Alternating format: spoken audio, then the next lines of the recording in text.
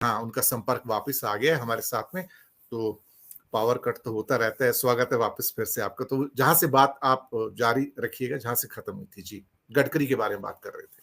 तो मैं वही कह रहा था कि नितिन गडकरी जिस ऑर्गेनाइजेशन से आते हैं, उस ऑर्गेनाइजेशन में सोसाइटी के एक सेक्शन को एक्सक्लूड करके चलने की परंपरा रही है। वो उसी संगठन के उदारवादी चेहरे माने जाते हैं। सियासत के उदारवादी चेहरे के तौर पर उनकी पहचान नहीं रही है। भले ही वो एबी वर्धन के साथ कितने ही उठते बैठते रहे, लेकिन उनकी पहचान वो नहीं रही है। वो आरएसएस के स्वयंसेवक पहले है, ये बात सोसाइटी को पता है। लिहाजा कोई भी व्यक्ति जो इस आउटफिट से बगावत करता है, उसकी सियासत लंबे समय तक चल नहीं पाती। बलराज मधोक से लेकर के कल्याण सिंह तक आप देख सकते हैं, बीएस येदियुरप्पा तक आप देख सकते हैं, सबने पार्टी छोड़ी।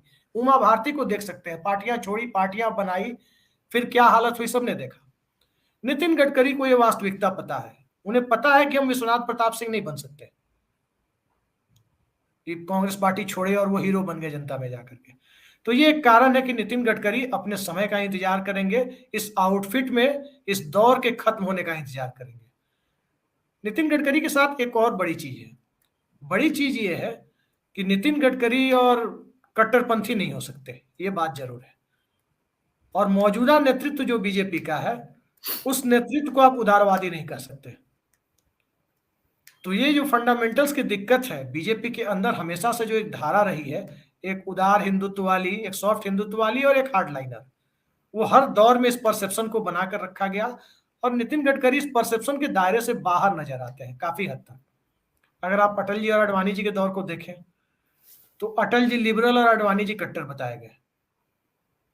फिर जब आडवाणी जी और मोदी जी का दौर आया, आडवाणी जी के पोस्ट अटल जी आ गए, पोस्ट वाजपेयी अगर आप देखें, तो आडवाणी जी लिबरल और मोदी जी कट्टर बताए गए। फिर मोदी योगी की बात अब होती है। आरएसएस देखिए इस प्रकार के नैरेटिव को बना करके रखता है, माहौल को बना करके रखता है। जब मोदी और योगी की बात होती है, फिर वहां पर दिखाया जाता है कि नहीं नहीं, मोदी ही लिबरल है योगी की तुलना में। तो बीजेपी में इस प्रकार का माहौल होता है, और इस माहौल के बीच, इस परिभाषा के बीच नितिन गडकरी कहीं फिट नहीं बैठते हैं। ये भी एक कारण है कि नितिन गडकरी मौजूदा सेटअप में खुद के लिए जगह नहीं चाहते हैं। हो सकता है कि भारतीय जनता पार्टी एक बार फिर 180 190 पर आ जाए, तो नितिन गडकरी या नितिन गडकरी वाद की वापसी हो जाए बीजेपी में। इसकी पूरी गुंजाइश है, क्योंकि नरेंद्र मोदी के साथ जो पूरी की पूरी पीढ़ी भाजपा पर हावी हुई 2013 में, उस पर आप नजर डालें और उसकी पुरानी वाली पीढ़ी से आप देखें, जिसमें सुषमा स्वराज, अरुण जेटली, गोपीनाथ मुंडे जैसे लोग बीजेपी में, उसानवाज हुसैन जैसे लोग ऊपर लाए गए थे, और नरेंद्र मोदी के साथ जो पीढ़ी सामने आती है, उन दोनों में जमीन आसमान का फर्क है। वे ऑफ थिंकिंग में काफी हद तक फर्क है। आप देख सकते हैं कि योगी आदित्यनाथ आए, अमित शाह लाए गए, जेपी नड्डा लाए गए। इस प्रकार के लोग जब लाए गए, और भाषा शैली के अंतर को आप देख करके समझ लीजिए ये कितना बड़ा फर्क है। उस पीढ़ी के जो लोग अभी बचे हुए हैं, या तो वो चुप है या फिर उनकी विदाई हो चुकी है। शिवराज सिंह चौहान चुप है, राजनाथ सिंह कमोबेश चुप है, थोड़ा बहुत सत्ता के साथ सुर में सुर मिला भी लेते हैं। नितिन गडकरी है जो थोड़ी डिसेंट वॉइस लोगों के बीच में रखते हैं, सत्ता से अलग एक डिफरेंट वॉइस लोगों को सुनाई देती है। तो उन लोगों को अच्छा लगता है कि नितिन गडकरी बाकियों की भीड़ से अलग है। लेकिन सवाल यही है कि नितिन गडकरी भीड़ से अलग है और भीड़ से अलग दिखाना चाहते हैं। इसको लेकर लोगों के मन में एक डाउट हमेशा बना रहेगा, क्योंकि यदि वो अलग है तो सत्ता के साथ कैसे है। और ध्यान रखिए, अभी 2 दिन पहले की बात है सर, मोहन धारिया मेमोरियल लेक्चर दे रहे थे नितिन गडकरी, महाराष्ट्र में ही कहीं दे रहे थे वो। और वहां उन्होंने कहा कि राजनीति से अलग होकर के मन करता है दूसरे तरह के काम किए जाए समाज के हित के लिए। जगह कौन सी चुनी थी? मोहन धारिया के लिए लेक्चर देने के लिए। मोहन धारिया एक ऐसे नेता, आप लोग तो जानते होंगे, उस दौर में जो खुद चुनावी राजनीति और उसको गंदी राजनीति मानते हुए काफी कम उम्र में ही, जब उनकी उम्र सियासत को छोड़ने की नहीं थी, एक्टिव भूमिका निभाने की थी, वो राजनीति से अलग हट गए थे। वहां जाकर यदि वो बात कह रहे हैं तो निश्चित तौर पर इसमें उनकी व्यथा ज्यादा है, बगावत की बू कम आती है। जी जी, राहुल के बारे में बात करते हैं। जी, राहुल नए रूप में है, सब जानते हैं, हाँ, पर ये नया रूप क्या मोदी को चैलेंज करने में कामयाब हो पाएगा? और बीच में जो गलतियां भी करते हैं, वो इमेच्योरिटी बार बार झलकती है उनकी। एक स्टेट्समैन के रूप में, तो लोगों के ऊपर जो प्रभाव पड़ना चाहिए था वो नहीं पड़ पाता है। वो गलतियां फिर से उनको पीछे लेकर चली जाती हैं। जितना आगे जाते हैं, 2 कदम आगे 1 कदम पीछे वाली उनकी कहानी पुरानी है, अब भी वही चल रही है। सावरकर के मामले में भी उन्होंने फिर से वही गलती की, जिस चीज की जरूरत नहीं होती। ऐसा लगता है हर चीज की जल्दबाजी में है। इतनी जल्दी क्यों उनको, अभिषेक जी? देखिए, कांग्रेस पार्टी में अभी आप देख सकते हैं कि कांग्रेस में नेता जबरन बनाए गए हैं। पिछले कुछ दिनों से आप देखें, 10 साल का यूपीए रूल जो था, उसमें लीडर मेकिंग प्रोसेस को एक तरह से हाल्ट कर दिया गया, नेता बनाए नहीं गए। अभी कांग्रेस पे हावी कौन है? संजय गांधी ने सत्ता से हटने के बाद 77 से 80 के बीच में जिस पौध को खड़ा किया, आज वही कांग्रेस है। चाहे वो कमलनाथ को आप देख सकते हैं, गहलोत को देख सकते हैं, दिग्विजय सिंह को देख सकते हैं, ऐसे ही लोग आपको कांग्रेस में दिखाई देंगे, जो उस पीरियड में कांग्रेस पार्टी में इंदिरा गांधी को निकाला गया उस दौर में भी खड़े थे। उसके बाद न तो राजीव गांधी के दौर में लीडर मेकिंग प्रोसेस कुछ हुआ, नेता ग्रूम करके लाने पड़ते हैं। अब बार बार जेपी आंदोलन नहीं होता कि गैर कांग्रेसी नेता खड़ा हो गया उस दौर में, जो आज की पीढ़ी में आप देख रहे हैं। उसमें पोस्ट ग्लोबलाइजेशन एरा में तो आप सोच भी नहीं सकते कि कोई बड़ा आंदोलन हो सकता है जेपी जैसा, जिसमें से कोई नेता बन के निकल जाए।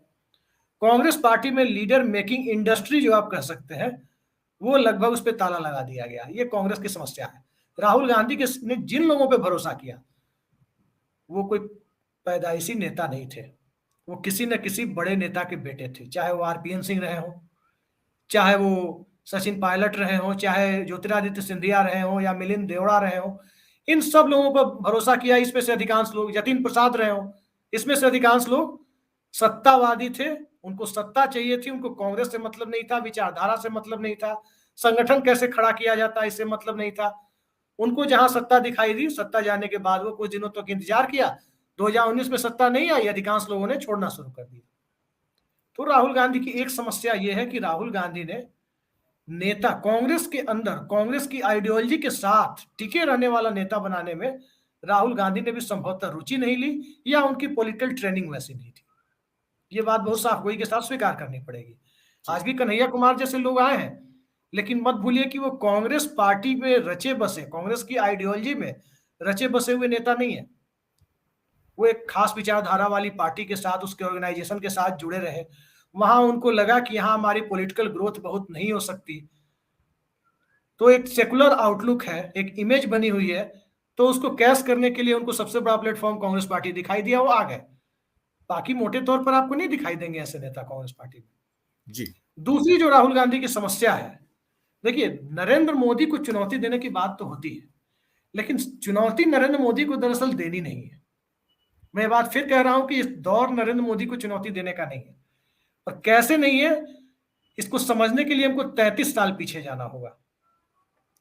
33 साल पीछे इसलिए जाना होगा क्योंकि आपको याद होगा 7 अगस्त 1990 को मंडल कमीशन की सिफारिश लागू हुई थी, और मंडल कमीशन ने एक झटके में कम से कम हिंदी भाषी भारत की सियासत को बदल दिया।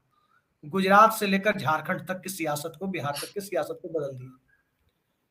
उसी सियासत में जो पिछड़ गई जो पार्टी, उस पार्टी का नाम कांग्रेस पार्टी था। क्योंकि कांग्रेस पिछड़ा वर्ग से अपना नेतृत्व यदि अशोक गहलोत को छोड़ दे, या बिल्कुल अंतिम समय में आकर के अब जाके भूपेश बघेल को लाया गया है, उन्हें छोड़ दे, तो कांग्रेस पार्टी ने पिछड़ा वर्ग में अपने नेतृत्व को कभी उभारा नहीं। हाँ, जनता दल की पार्टियां बिहार यूपी में थी, उसने काम किया। भारतीय जनता पार्टी ने, गोविंदाचार्य ने सोशल इंजीनियरिंग के तहत एक नई पौध जरूर खड़ी कर दी। उस पौध में आपको उमा भारती भी थी, शिवराज सिंह चौहान भी थे, कल्याण सिंह भी थे, नरेंद्र मोदी भी थे, अलग अलग राज्यों में सुशील कुमार मोदी भी थे, गोपीनाथ मुंडे भी थे। एक ओबीसी नेताओं की पौध खड़ी कर दी गई बीजेपी के अंदर। हिंदुत्व के ढांचे में पिछड़े वर्ग को ठीक ठाक संख्या में लाया गया। और आप देख सकते हैं कि अटल जी और आडवाणी जी के नेतृत्व में जब चुनाव लड़ती थी बीजेपी, उसकी मैक्सिमम लिमिट कहां तक थी? नरेंद्र मोदी उतने बड़े नेता तो नहीं है जितने अटल जी थे, उनके राजनीतिक कद के सामने तो कहीं नहीं है। लेकिन अटल जी के समय में वो पार्टी 182 लोकसभा सीटों से ऊपर नहीं जा पाई। नरेंद्र मोदी के आने के बाद जो इस देश में पॉलिटिकल बाइनरी हिंदुत्व की जो गढ़ी गई 2013 से, उसका सबसे इंपॉर्टेंट कंपोनेंट ये था कि नॉन डोमिनेंट ओबीसी को एक ओबीसी लीडर की एक सिंबॉलिक लीडरशिप दे करके उसको हिंदुत्व की चाशनी में डुबोया जाए, और वो काम सक्सेसफुली हुआ। क्षेत्रीय स्तर पर आरएसएस ने ये काम कल्याण सिंह को आगे करके, तो कभी उमा भारती या शिवराज सिंह चौहान को आगे करके, कभी गुजरात में नरेंद्र मोदी को आगे करके, तो कभी बिहार में अपना नेतृत्व नहीं था तो नीतीश कुमार को लालू यादव के मुकाबले सामने लाके ये काम उसने क्षेत्रीय स्तर पर किया था। और राष्ट्रीय स्तर पर उसी की एक सफल अभिव्यक्ति आपको देखने को मिली 2013-14 के दौर में जी। जब भी मुकाबले की सूरत बनेगी तो राहुल गांधी के उठाए तमाम मुद्दे बेहद महत्वपूर्ण है। वो देश के सबसे अच्छे नेता मौजूदा दौर में हो सकते हैं, लेकिन वो एक एग्जीक्यूशनर के तौर पे अच्छे हो सकते हैं, काफी अच्छा काम कर सकते हैं। लेकिन जहां इलेक्टोरल पॉलिटिक्स की बात है, डेमोक्रेसी चूंकि नरेंद्र मोदी के दौर में इलेक्ट्रोक्रेसी में कन्वर्ट होती हुई नजर आ रही है, लोकतंत्र को चुनाव तंत्र भर समझ लिया गया है, तो उस परिभाषा में जिस वक्त में मैं कह रहा हूं तो बहुतों को हंसी आएगी, बहुत लोग इस पर आपत्ति भी करेंगे, जिस वक्त गटर साफ करने के लिए गटर में उतरने की जरूरत है, उस वक्त आप गटर के किनारे खड़े होकर के गटर साफ करने वाले लोगों को पर्यावरण की किताब दे करके मीथेन के दुष्प्रभाव समझाएंगे, तो फिर उसमें सवाल हासिल होगा। तो ये राहुल गांधी कम से कम आज के समय में गलतियां कर रहे हैं। एक आखिरी प्रश्न, आपने बीच में एक बात कही कि भारतीय जनता पार्टी कहीं 180-190 सीटों तक सिमट जाएगी, या उसकी अनुमान है, उम्मीद है। कोई इसका आधार आपको नजर आता है कि जहां पर आप कहें कि वास्तव में भारतीय जनता पार्टी 2024 में इतनी सीटों पर सिमट जाएगी? आखिरी प्रश्न आपसे। देखिए, मोटे तौर पे मुझे लगता है कि बीजेपी 180 से 200 के बीच में सिमट सकती है। और ऐसा क्यों लगता है? सिमट सकती है। अच्छा। और क्यों सिमट सकती है, ये मैं आपको बता रहा हूं, जो मेरा अनुमान है। भारतीय जनता पार्टी 2014 में आई, उसके बाद उसने अपना विस्तार किया कहां? एक राज्य में उसने अपना विस्तार किया, वो विस्तार था पश्चिम बंगाल में, जहां उसके पास 2 सीटें थी, उसने बढ़ाकर 18 सीटें कर ली। बाकी कहीं बीजेपी अपना विस्तार नहीं किया। लेकिन 2019 के बाद बीजेपी ने कहीं अपना विस्तार नहीं किया है। बंगाल विधानसभा चुनाव के बाद के अब जितने चुनाव को देखें, लोकल बॉडी के इलेक्शन हो या बाई इलेक्शन हो, बीजेपी एक डिस्टेंट थर्ड पोजीशन पे है, सिक्योरिटी डिपॉजिट लॉस कराने की स्थिति में है। तो बंगाल के वोटरों ने एक बार फिर से लेफ्ट और कांग्रेस की तरफ बीजेपी ममता बनर्जी को नहीं हरा सकती, इस परसेप्शन के साथ जो लोग गए थे कि ममता बनर्जी को बीजेपी हरा देगी, वो लोग वापस लौट आ रहे हैं। वो लोग वापस लेफ्ट पार्टियों के पास आ रहे हैं, लेफ्ट कांग्रेस कंबाइन के साथ आ रहे हैं। बिहार में बीजेपी कभी एक बड़ी राजनीतिक ताकत नहीं रही। बिहार में हमेशा उसे एक अलायंस की जरूरत पड़ी, वो अलायंस आज बिहार में उनके पास नहीं है। महाराष्ट्र की परिस्थितियां आप देखें तो महाराष्ट्र में 23 लोकसभा सीटें बीजेपी के पास थी। बिहार, बंगाल, महाराष्ट्र, छत्तीसगढ़ और कर्नाटक मिला दें अगर, तो 18, 17, 35 और 9, 44 और 23, 67 और 25, 92 लोकसभा सीटें होती है, जो अलायंस पार्टनर के पास नहीं, कमल चुनाव चिन्ह पर जीतने वाले बीजेपी के सांसदों की है सिर्फ। उसमें आप महाराष्ट्र की स्थिति आप देख लें, आज क्या है स्थिति, हमसे बेहतर आप बता सकते हैं कि किस पोजीशन में बीजेपी है। कुछ लोग तो कह रहे हैं कि गडकरी साहब ही अकेले खाता खोल सकते हैं, जिस प्रकार का सेंटीमेंट है। कर्नाटक की स्थिति के बारे में सबको पता है कि जो 25 लोकसभा सीटें जीती थी, 80% सीटें गंवाने की स्थिति में बीजेपी अभी दिख रही है। छत्तीसगढ़ में पिछली बार सत्ता में आने के बावजूद लोकसभा चुनाव में पुलवामा फैक्टर भी एक था, लेकिन पुलवामा से बड़ा फैक्टर यह था कि सत्ता में भले भूपेश बघेल आ गए थे, नरेंद्र मोदी और रमन सिंह की जो ज्वाइंट अपील थी, 15 सालों से किसी देश के किसी राज्य में लाभार्थी मॉडल जिसे कहते हैं, उसका सबसे कामयाब प्रयोग किसी मुख्यमंत्री ने किया था, तो चावल वाले बाबा ने किया था, रमन सिंह ने। और रमन सिंह के प्रयोग, सत्ता भले चली गई थी, लेकिन रमन सिंह का वो ऑरा उस वक्त तक टूटा नहीं था। भूपेश बघेल 4 महीनों में नहीं तोड़ पाए थे छत्तीसगढ़ के समाज के बीच। ऊपर से पुलवामा हो गया, एक नेशनल नैरेटिव बन गया, दोनों क्लब करके 11 में 9 सीटें उनके पास आ गई।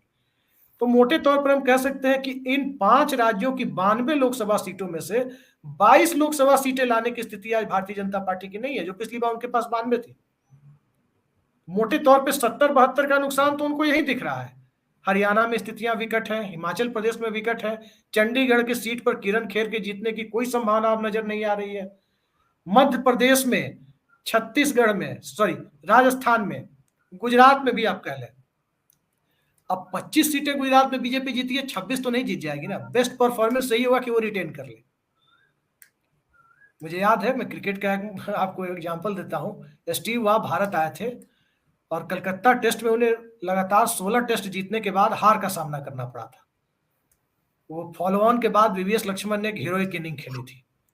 उसके बाद उनका स्टेटमेंट था कि शीर्ष पर जाने के बाद एकमात्र रास्ता ढलान का होता है, और ढलान को हम कितना रोक सकते हैं इसी पर फोकस कर सकते हैं। तो बिल्कुल। ढलान रोकने में भारतीय जनता पार्टी कामयाब नहीं दिख रही है। अगर मध्य प्रदेश में 1 सीटें कांग्रेस की है, अगर वो 5 जीतती है तो खरोच बीजेपी को ही लगनी है। राजस्थान में 25 है, उसमें से अगर 5 जीतती है, 2 जीतती है कांग्रेस, तो भी खरोच भाजपा को ही लगनी है।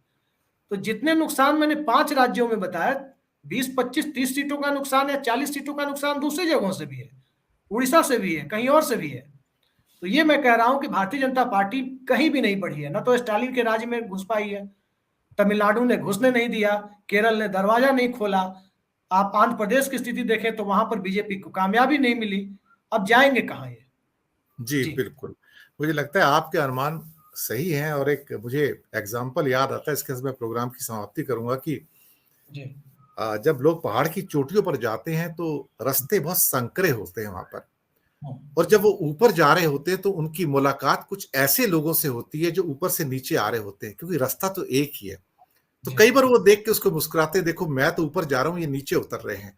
लेकिन वो भूल जाते हैं कि थोड़ा और ऊपर जाने के बाद फिर और ऊपर जाने का रास्ता नहीं है, वहां से आपको नीचे ही आना पड़ेगा, और आपकी मुलाकात उसी रास्ते पर उन लोगों से होगी जो उस समय ऊपर जा रहे होंगे। ये पहाड़ों का सच नहीं है, ये प्रकृति का सच है। दोस्तों, ये जो प्रकृति का सच है ना, इसे कोई नहीं बदल पाया, ना कोई बदल पाएगा। और वक्त की चक्की में हर सिकंदर पिस जाता है, ये सब जानते हैं। दोस्तों, इसी के साथ प्रोग्राम समाप्त करेंगे। अभिषेक जी, बहुत बहुत धन्यवाद आपका कि आप हमारे कार्यक्रम में आए, न्यूज टाइम के मंच को आपने शोभित किया और आपने अपने महत्वपूर्ण विचार दर्शकों के साथ शेयर की। बहुत बहुत शुक्रिया आपका, और बहुत बहुत शुक्रिया दर्शक मित्रों आपका भी कि आपने इस प्रोग्राम को इतने चाव से भी देखा और अपना समर्थन और प्यार भी दिया। बहुत बहुत धन्यवाद आप सबका।